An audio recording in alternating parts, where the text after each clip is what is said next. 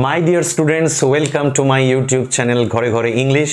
যারা নতুন এসেছো, দেখছো আমার ভিডিও, প্লিজ সাবস্ক্রাইব করবে আর বেল আইকনটাকে প্রেস করবে যাতে নতুন ভিডিও নোটিফিকেশন তোমাদের কাছে পৌঁছে যায়। দেখো, এখানে একটাই বাক্য দেওয়া রয়েছে। এই বাক্যটাকে অপারেশন টেবিলে তুলে কাটা ছেঁড়া করে গ্রামাটিক্যালি যত রকম অ্যানালাইসিস করা যায় আমরা চেষ্টা করব। এটি একটি সিম্পল সেন্টেন্স যার সাবজেক্ট হচ্ছে লিটারেচার।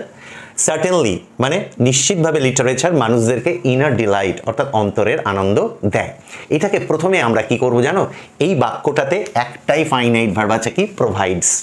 তাহলে বাক্যটাতে একটাই ফাইনাইট ভার্ব প্রোভাইডস, তাহলে এটা সিম্পল সেন্টেন্স আছে। প্রথম যেটা আমরা করব সেটা হচ্ছে এটাকে কমপ্লেক্স সেন্টেন্সে পরিণত করব। তাহলে প্রথমে কি করব? Complex sentence. দেখো কি করে কমপ্লেক্স করি। এই যে সার্টেনলি মানে কি? নিশ্চিতভাবে লিটারেচার মানুষকে ইনার ডিলাইট প্রোভাইড করে। আমি বলবো এটা নিশ্চিত যে, মানে তো একই দাঁড়াবে। তাহলে আমি লিখবো ইট ইজ সার্টেন দ্যাট। লিখে নিলাম ইট ইজ সার্টেন দ্যাট। এবার তোমরা নিশ্চয়ই বুঝতে পারছো বাকিটাকে লিখতে হবে। মাই ওয়াইজ অ্যান্ড ইন্টেলেকচুয়াল স্টুডেন্টস, তোমরা নিশ্চয়ই বুঝতে পারছো বাকিটা লিখতে হবে। এটা নিশ্চিত যে literature provides man inner delight, অর্থাৎ এই সার্টেনলিটাকেই আমি এক্সটেন্ড করে নিলাম। ইট ইজ সার্টেন দ্যাট, বাকিটা লিখবো কি? এটা নিশ্চিত যে লিটারেচার মানুষকে ইনার ডিলাইট দেয়। তাহলে আমি বাকিটা লিখে নিই। তাহলে কিন্তু মাই ডিয়ার ফ্রেন্ডস, সিম্পল থেকে এটা কি হলো? কমপ্লেক্স সেন্টেন্স হলো। এবং আরও একটা জিনিস হয়েছে, দেখো সার্টেনলিটা, এটা তো একটা অ্যাডভার্ব, এটা একটা অ্যাডভার্ব। তুমি দেখো এখানে সার্টেন চলে এসেছে, এটা কিন্তু কি? অ্যাডজেক্টিভ।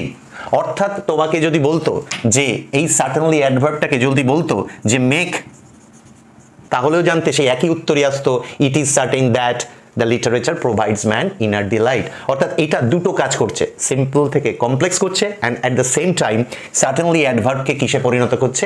অ্যাডজেক্টিভ করছে। তাহলে এটা এক নম্বর হলো যে এটাকে কমপ্লেক্স সেন্টেন্স করলাম, আবার এটাকেই অ্যাডজেক্টিভ ফর্ম করলাম। কোনটা? সার্টেনলি, যেটা কিনা অ্যাডভার্ব, তার অ্যাডজেক্টিভ ফর্মে আনা আমরা চেঞ্জ করলাম।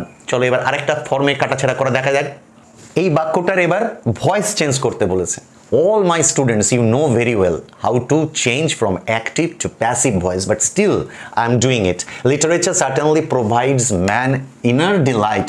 এইটা দেখো, এটা কিন্তু ভার্বের কি ফর্ম? প্রেজেন্ট ফর্ম, অর্থাৎ প্রেজেন্ট ইনডেফিনাইট। তাহলে এর প্যাসিভ এলিমেন্ট কি আসবে? am অথবা is অথবা কি আর আসবে। কিন্তু ভালো করে খেয়াল করে দেখো, এখানে কিন্তু সাবজেক্ট হচ্ছে কে? লিটারেচার সাবজেক্ট, আর এখানে দুটো অবজেক্ট, ডাবল অবজেক্ট। একটা হচ্ছে কাকে, কাকে প্রোভাইড করে, কাকে সরবরাহ করে লিটারেচার? ম্যানকে, মানুষকে। আর কি সরবরাহ করে?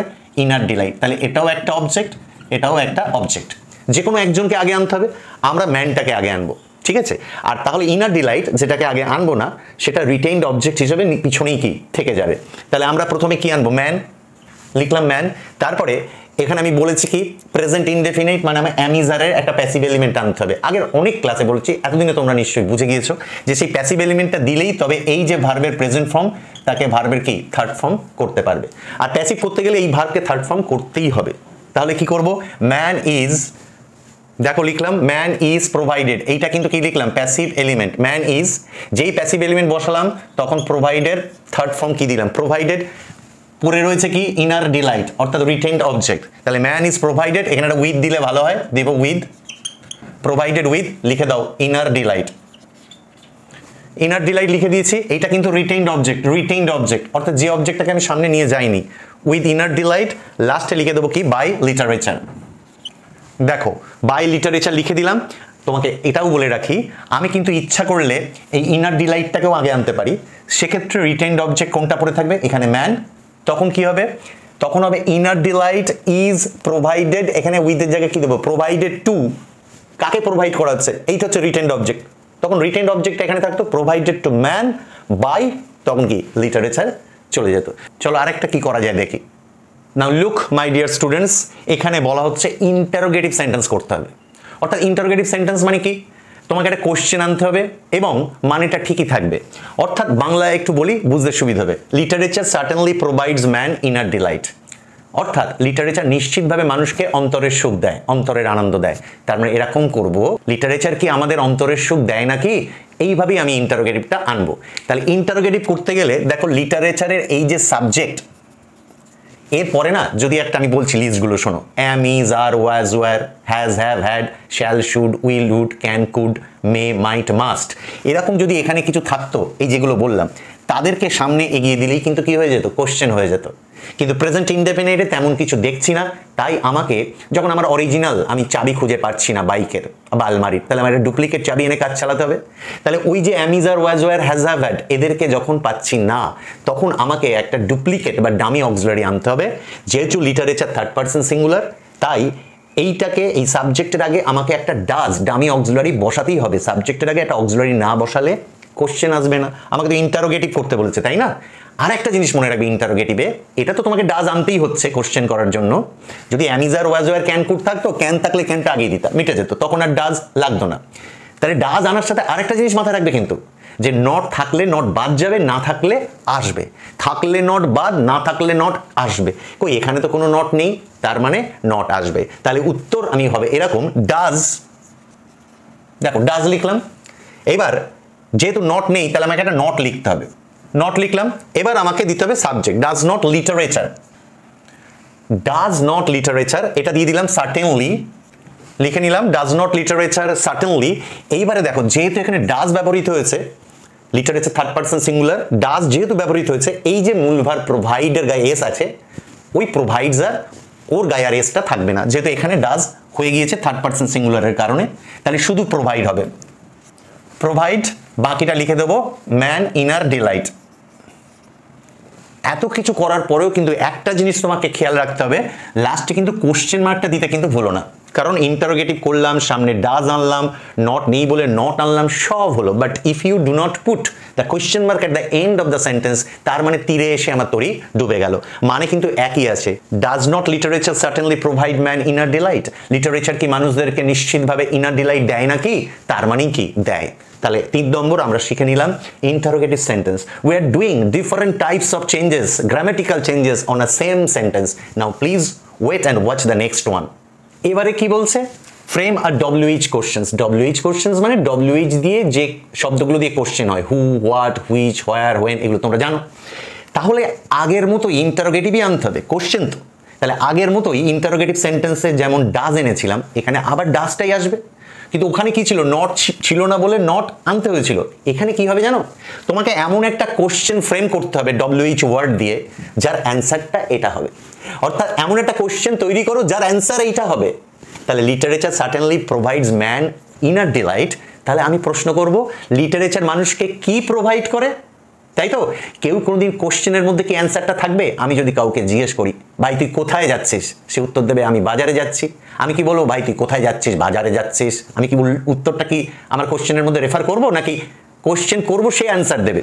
তাহলে আমি যদি WH কোশ্চেনটা ধরি হোয়াট দিয়ে করব, অর্থাৎ কি, তাহলে আমি লিখবো লিটারেচার সার্টেনলি মানুষকে কি প্রোভাইড করে।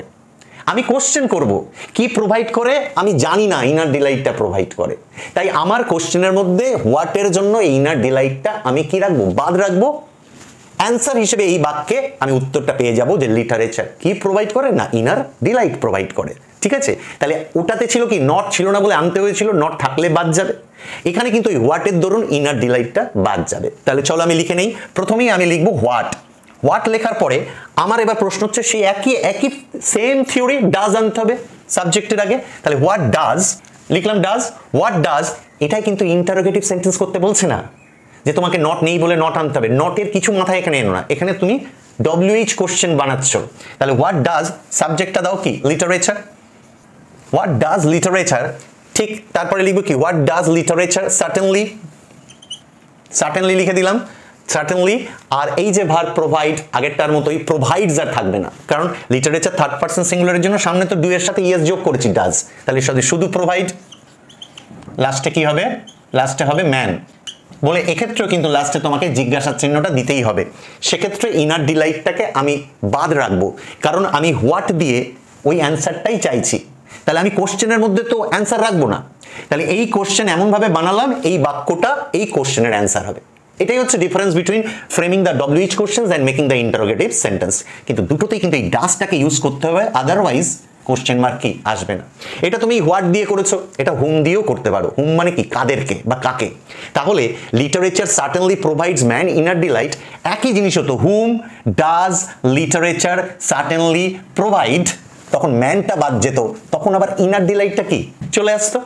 ঠিক আছে, অর্থাৎ যে ডব্লিউএইচ ওয়ার্ড দিয়ে করছো সেই রিলেটেড যে অ্যান্সারটা সেটা তোমার কোশ্চেনের মধ্যে রাখলে হবে না, কারণ তুমি উত্তরটা জানো না বলেই কোশ্চেনটা করছো, তাই হোয়াট রিলেটেড যে অ্যান্সারটা তোমার কোশ্চেনের মধ্যে রাখবে না। ব্যাস সিম্পল, ডব্লিউএইচ কোশ্চেন ফ্রেমিং হয়ে যাবে। আর এই লিটারেচারের পরে যদি am, is, are, was, were, has, have, had, shall, should, will, would, can, could, may, might, must এরা যদি থাকতো তাদেরকে তুমি আগিয়ে দিতে, কিন্তু তারা কেউ নেই প্রেজেন্ট ইনডেফিনাইটে। ঠিক আছে, এই প্রোভাইডের আগে কোনো ক্যান, কুড, শ্যাল, শুড কিছুই নেই, অ্যাম, ইজ, আর, ওয়াজ, ওয়্যার নেই, তাই আমাকে ডামি অক্সিলারি বা ডুপ্লিকেট অক্সিলারি ডাজ এনে কোশ্চেনটাকে কি করতে হলো। Now we are passing to the next one. যদি এটাকে স্প্লিট করতে বলে, আমি যদি বলি এটা নিশ্চিত বিরাট কোহলির আরসিবি জিতবে, তা আমি কি বলবো?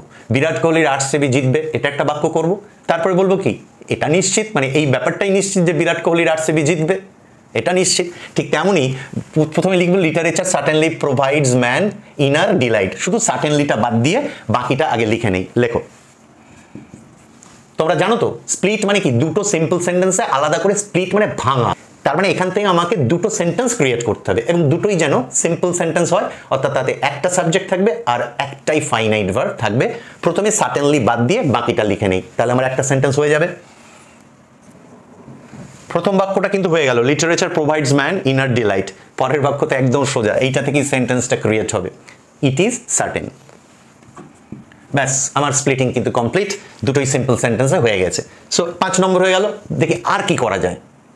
আমি আগেই বলেছিলাম যে এই সার্টেনলিটা হচ্ছে কি, এটা অ্যাডভার্ব। তাহলে এবার বলছি সেই সার্টেনলি নাউন ফর্মটা আনতে হবে। If you know the noun form of the adverb certainly, there is no other work to do. শুধু সেই নাউনের আগে একটা কি দিয়ে দেবে? উইথ প্রিপোজিশন দিয়ে দেবে। তাহলে আমি সব লিখবো সার্টেনলির নাউন ফর্ম হচ্ছে সার্টেনটি, অর্থাৎ লিটারেচার নিশ্চিতভাবে ইনার ডিলাইট মানুষকে প্রোভাইড করে। তার মানে কি? নিশ্চয়তার সাথেই লিটারেচার মানুষকে ইনার ডিলাইট প্রোভাইড করে। সব লিখবো, সার্টেনলিটা বাদ দিয়ে আগে পুরোটা লিখে নেই। এটাই হচ্ছে তোমার কাজ। সার্টেনলি এখন লিখো না, চলো পুরোটা লিখে নেই। লিখে নিলাম literature provides man inner delight, শুধু লাস্টে লিখে দেবো এই যে সার্টেনলিটা লিখে নিই, ওর noun form certainly, noun form হচ্ছে সার্টেনটি। এইটা হলো সার্টেনলির নাউন ফর্ম সার্টেনটি, শুধু এখানে সেটাই আমি একটা উইথ দিয়ে বসিয়ে দেবো। দেখো উত্তর কিন্তু হয়ে গেল। এইটা কি ফর্ম এলো জানো? এটা হচ্ছে নাউন ফর্ম, ছিল হচ্ছে অ্যাডভার্ব, সেই অ্যাডভার্বকে আমি কিসে নিয়ে এলাম? কনভার্ট করলাম noun form. The meaning remains same. দেখি আর কিছু করা যায় কি। দেখো এইখানে কিন্তু এটা সিম্পল সেন্টেন্সে আছে, দ্যাট মিনস এর মধ্যে কোনো ক্লজ নেই, অথচ আমাকে বলছে চলো তো দেখি একটা অ্যাডজেক্টিভ ক্লজ ক্রিয়েট করা যায় কিনা। অ্যাডজেক্টিভ ক্লজের আরেক নাম হচ্ছে রিলেটিভ ক্লজ। আমরা এই জায়গাটা থেকে করবো, যে ইনার, ইনার এইটা থেকে অ্যাডজেক্টিভ ক্লজ করব। অ্যাডজেক্টিভ ক্লজ ইউজ করতে গেলে হু, হুইচ এইগুলো ইউজ হয়, তোমরা সবাই জানো। তাহলে আমি লিখছি, দেখো তারপরে আমি বোঝাচ্ছি। এখান থেকে পুরো লিখতে শুরু করব। দেখো my dear students, literature certainly provides man delight, ইনারটা লিখিনি, কারণ ওকে দিয়েই এবার আমি আসল কাজ শুরু করব, কিভাবে একটা অ্যাডজেক্টিভ ক্লজ, একটা সাবঅর্ডিনেট ক্লজ ক্রিয়েট করা যায়। অর্থাৎ ডিলাইটের অ্যাডজেক্টিভ কি? ইনার ডিলাইট, অর্থাৎ বাইরের বহির্জাগতিক সুখ নয়, ম্যাটেরিয়াল ব্লিস, ম্যাটেরিয়াল হ্যাপিনেস নয়। এটা হচ্ছে এমন একটা হ্যাপিনেস যেটা বিলং করে, যেটা রিলেট করে, যেটা কোথায় থাকে? যেটা হৃদয়ে থাকে। অর্থাৎ ডিলাইট পরে নিশ্চয়ই আমি হু দেব না, হু একটা মানুষ জাতীয়দের ক্ষেত্রে কি, কোনো ব্যক্তি হলে হু দিতাম, তাহলে লিখবো হুইচ, দিলাম লিঙ্কারটা দিলাম হুইচ, হুইচ। এইবার বলবো সেই আনন্দ যেটা তার অন্তরের আত্মাতে কি বিলং করে, বিলং মানে কি থাকা, অর্থাৎ যে আনন্দ অন্তরে থাকে তাকেই তো বলে ইনার ডিলাইট। তাহলে লিখবো হুইচ বিলংস, এই বিলংস ভার্বের সঙ্গে না, বিলং কেন বিলঙ্গের গায়ে এস দিলাম? ডিলাইট থার্ড পারসন সিঙ্গুলার, তাই বিলঙ্গের সঙ্গে এস হলো, আর বিলঙ্গের পরে অ্যাপ্রোপ্রিয়েট প্রিপোজিশন টু হবেই হবে। এই লিখে দিলাম বিলংস টু। বিলংস টু মানে এই ডিলাইটটা থাকে কোথায়? ইনার ডিলাইট মানে এটা অন্তরের আনন্দ, অর্থাৎ সেই আনন্দটা বিলং করে আমার ইনার সোলে। ঠিক আছে, এখানে আমার হবে না, এখানে ম্যানকে বোঝাচ্ছে, তাহলে আমি মাই লিখবো না, আমি লিখবো belongs to his inner soul.